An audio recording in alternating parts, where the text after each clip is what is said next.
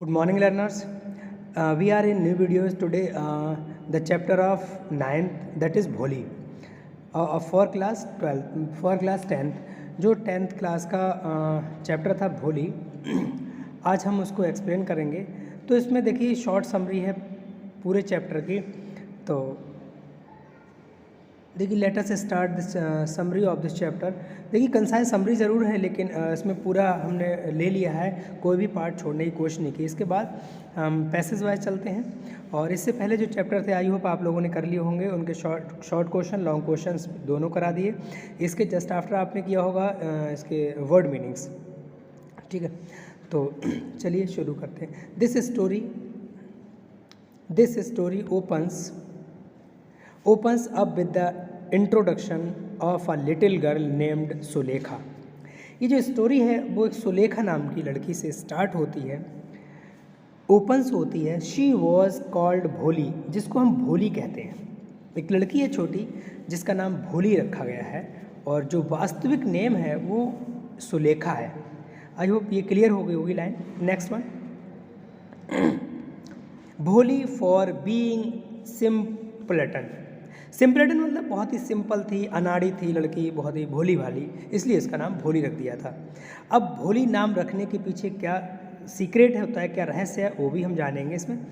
This was so because some part of her brain had got damage due to an injury during her childhood. Means this was so because some part of her brain, उसके brain का कुछ हिस्सा जो था got damage हो गया था due to an injury, एक दुर्घटना हो गई थी, मतलब चोट लग गई थी उसके सिर में, इसलिए वो थोड़ा सा भोली मतलब सीधी हो गई थी, मतलब उसमें बुद्धि नहीं थी, मंद बुद्धि कह सकते हैं। शी स्टैमर्ड, वो तुतलाती थी, स्टैमर्ड मतलब तुतलाती थी। And had pock marks her face she got when she had contracted small pox at the age of 2।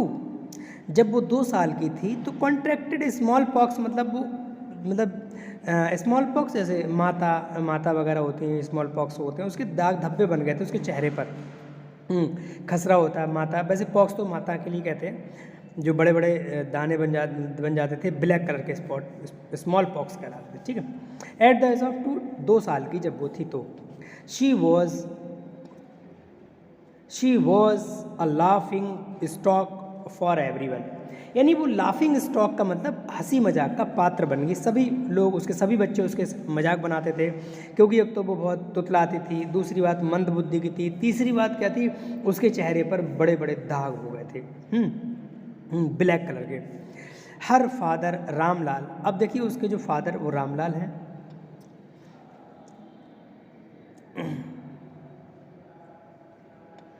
Her father Ramlal was नंबरदार, यानी उनके जो फादर थे रामलाल, उस बच्ची के फादर, वो उनका नाम रामलाल नंबरदार थे, इसको नंबरदार कहा गया है।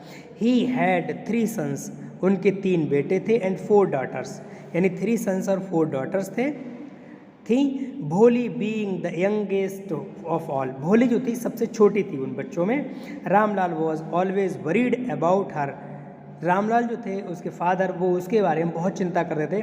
As it seemed impossible to marry her with a having an ugly face and the dumb mind, क्योंकि उसका जो माइंड था वो भी डम्ब था, कहीं ना कहीं सीधी सादी थी, भोली थी और अनाड़ी थी वो लड़की, और उसका फेस भी अगली हो गया था। तो उसके पिता उसके बहुत चिंतित थे कि इसकी शादी कैसे होगी। वन डे, एक दिन क्या होता है, tehsildar visited their village to inaugurate the girls primary school. Tehsildar आए, उन्होंने वहाँ का भ्रमण किया और एक स्कूल की शुरुआत की, प्राइमरी गर्ल्स स्कूल के लिए, स्पेशल गर्ल्स के स्कूल के लिए, गर्ल्स का स्कूल उन्होंने खोला वहाँ पर और उसका इनॉग्रेशन किया, शुरुआत की। ही परसुएड रामलाल, और रामलाल ने उनकी बात मानी, to his daughters to school. उन्होंने कहा था, तहसीलदार ने, ऐसा करिएगा, यहाँ पर गर्ल्स के लिए स्कूल हम खोलेंगे, ये गवर्नमेंट का आदेश है। और उन्होंने कहा, देखो भाई लड़कियाँ स्कूल तो जाती नहीं है हमारे यहाँ, पहले गर्ल्स एजुकेशन अलाउ नहीं थी, जाती नहीं थी, गर्ल्स घर से नहीं निकाला जाता था उनको, कि घर में ही रखा जाता था, घर के काम धंधों में ही उनको वो बिजी रहती थी। तो उन्होंने कहा रामलाल जी आप ऐसा करिए, आप लंबरदार हैं, सबसे पहले आप अपनी बिटिया को स्कूल भेजिएगा, जब और लोग देखेंगे गांव के तो वो भी भेजेंगे कि हमारे गांव के सबसे बड़े व्यक्ति की बिटिया स्कूल जा रही है तो हमारी भी बेटी जाएगी स्कूल। तो शुरुआत उन्होंने अपनी बेटी से की। देखिएगा अब होता क्या है, रामलाल की वाइफ का क्या रिएक्शन होता है।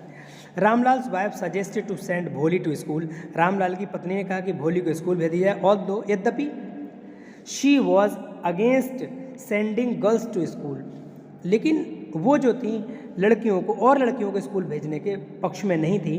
बिकॉज क्योंकि नो बॉय कोई लड़का would marry such a girl, अगर कोई लड़की घर से बाहर निकलेगी तो उनका मानना ये था उनकी पत्नी का कि उससे कोई लड़का शादी नहीं करेगा, ऐसा उनका मानना था उस वक्त। शी रीजन, उन्होंने रीज़न भी दिया, क्या बताया, that Bholi had no chance to of getting married. उन्होंने कहा अपने पति से देखिए ऐसा है भोली की शादी तो होगी नहीं, ऐसा करो इसी को स्कूल भेज दो, कोई लड़का शादी तो इससे करेगा नहीं, इसको ही भेज दो। अब वो भी मतलब भोली को नहीं चाह रही हैं, क्योंकि उनके दिमाग में है कि इसकी शादी नहीं होगी, एक तो दिमाग से थोड़ा सा पागल है और चेहरा भी इसका बदसूरत हो गया है, कोई लड़का भी शादी नहीं करेगा, और घर से जो लड़कियां बाहर जाती हैं स्कूल उनसे कोई लड़का शादी नहीं करता है, ऐसा उनका मानना था उस वक्त। अब होता क्या है देखिएगा, भोली वॉज, हाँ देख नेक्स्ट शी, उन्होंने जब रीज़न दिया, इन द बिगनिंग, शुरुआत में भोली वॉज फ्राइटेन, थोड़ी सी घबराई, फ्राइटेन मतलब घबराई, टू लीव हर हाउस, अपना घर छोड़ते हुए। अब भोली को अपना घर छोड़ते हुए डर लग रहा था क्योंकि वो घर से कभी गई नहीं थी ना। वेन किंतु जब for the first time in her life, उसकी लाइफ में पहली बार, शी वॉज ड्रेस्ड अप, उसको कपड़े पहनाए गए थे, her hair was washed and oiled, उसके जो बाल थे उन ऑयलिंग की गई बालों पर, और उनके बाल मतलब बांधे गए थे, मतलब सही से डेकोरेट किए गए थे। शी फेल्ट दैट, उसने महसूस किया, she was to visit a better place, उसको लग रहा था कि मैं कहीं अच्छे स्थान पर जा रही हूँ।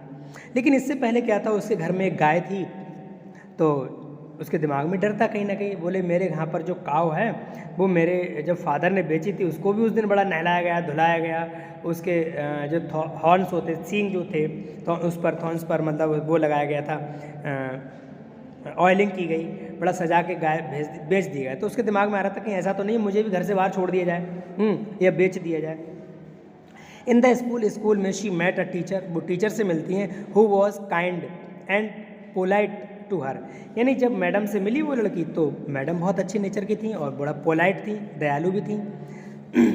शी एनकरेज, उन्होंने उत्साहित किया, टू स्टडी, पढ़ने के लिए, एंड स्पीक विद कॉन्फिडेंस, उन्होंने कहा बेटा आप पढ़ो और बड़ा कॉन्फिडेंटली बोलो, कॉन्फिडेंस रखो अपने अंदर बोलने के लिए, आप तो तुतलाओगी नहीं। She field hope in Bholi, she began to school every day, years passed and her village upgrade into a small town with some facilities like the cotton mill। अब होता क्या है, इस लड़कियों का स्कूल खुला, वो भी स्कूल जाने लगी, गांव अपग्रेड हुआ, कॉटन मिल खुला, सिनेमा घर खुला, एंड प्राइमरी स्कूल भी being converted to secondary school. जो प्राइमरी स्कूल था वो सेकेंडरी में बदल गया, मतलब जो 1st to 5th क्लास थे वो 6 to 8 हो गए। वन डे, एक दिन होता क्या है, भोलीज पेरेंट्स डिसाइड, उसके पेरेंट डिसाइड करते हैं, मैरी हर टू अ लेम, कि ऐसा करो किसी लंगड़े लड़के से इसकी शादी कर दो, लंगड़े ओल्ड लड़के से शादी करने का निश्चय किया। ओल्ड बूढ़ा व्यक्ति था, हु वॉज विडोअर, वो कैसा था, विधवा था, मतलब विडोअर का मतलब हुज वाइफ हैज़ डाइड, जो उसकी पत्नी मर चुकी हो, that is called a widower, वो विधवा होता है।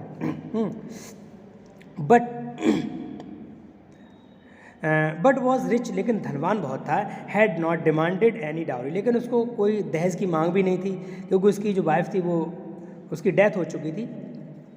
दे थॉट, उन्होंने सोचा, मतलब उसके मम्मी पापा ने सोचा, it to be best marriage proposal for their dumb daughter and fixed up her marriage. उन्होंने कहा इस लड़की के लिए दूल्हा सही रहेगा, थोड़ा उम्र में ज़्यादा है बेटी से हमारी, और पैसे वाला है, थोड़ा सा लेम है, लंगड़ा है।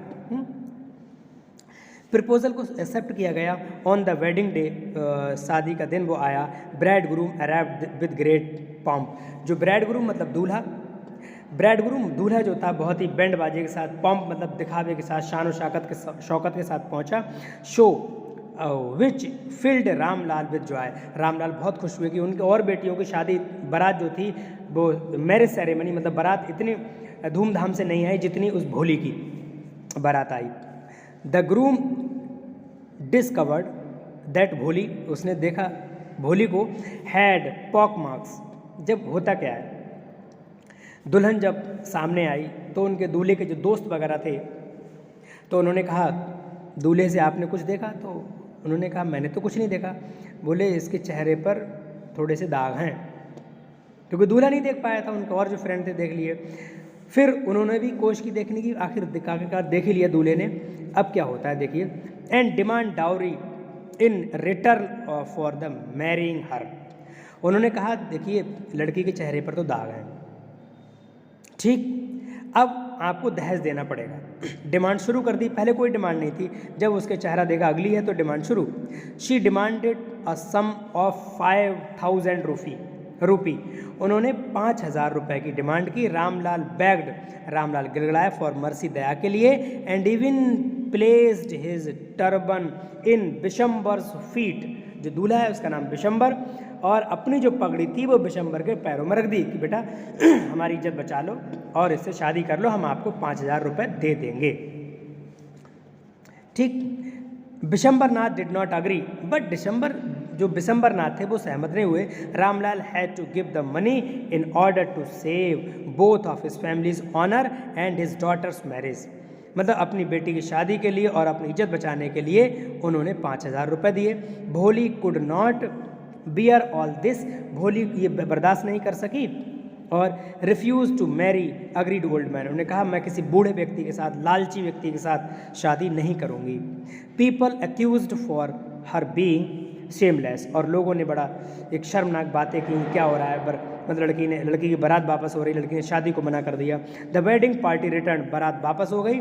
The marriage ceremony ended without भोली गेटिंग मैरिड, और जो बारात थी बिना भोली के वापस चली गई। Her father was surrounded by grief, और जो उसके पिता थे वो दुख से भर गए, मतलब घिर गए। एंड सेड दैट, कहा कि now no one would marry her, अब उससे कोई शादी नहीं करेगा भोली से। And that would she do in future, और वो भविष्य में कुछ भी नहीं कर पाएगी। टू दिस शी रिप्लाइड, उसने जवाब दिया, कहा she would take care of her parents, बोले मैं शादी नहीं करूँगी और अपने मम्मी पापा की देख रेख करूँगी हमेशा। When they grew old, जब बूढ़े हो जाएंगे, and would teach in her school, और होता क्या है, वो आने वाले समय में उसी स्कूल में वो टीचर बनी। हर टीचर, वो सीखी भी बनी, टीचर भी बनी। हर टीचर, उसकी teacher, who was quietly watching all the felt proud of her decision, और उसकी जो टीचर थी, मैडम थी, वो भी वहाँ पर थी, उन्होंने उनके हिम्मत को देखकर भोली की उसको धन्यवाद दिया, बड़ी प्राउड फील किया मैडम ने। तो आई होप इसका एक्सप्लेनेशन आपको समझ में आया होगा। मैंने word to word line by line किया है, और इसकी ये समरी है हिंदी में मैंने टाइप की है। आप इसके थ्रू भी आप इसको बेटर जान सकते हैं, तो आप स्क्रीनशॉट भी ले सकते हैं, मैं दे दिया है। ठीक है, ये रहा हमारा जो चैप्टर था भोली। आई होप आपको समझ में आया होगा। ठीक है, फिर मिलते हैं नेक्स्ट वीडियो में, तब तक के लिए थैंक यू वेरी मच।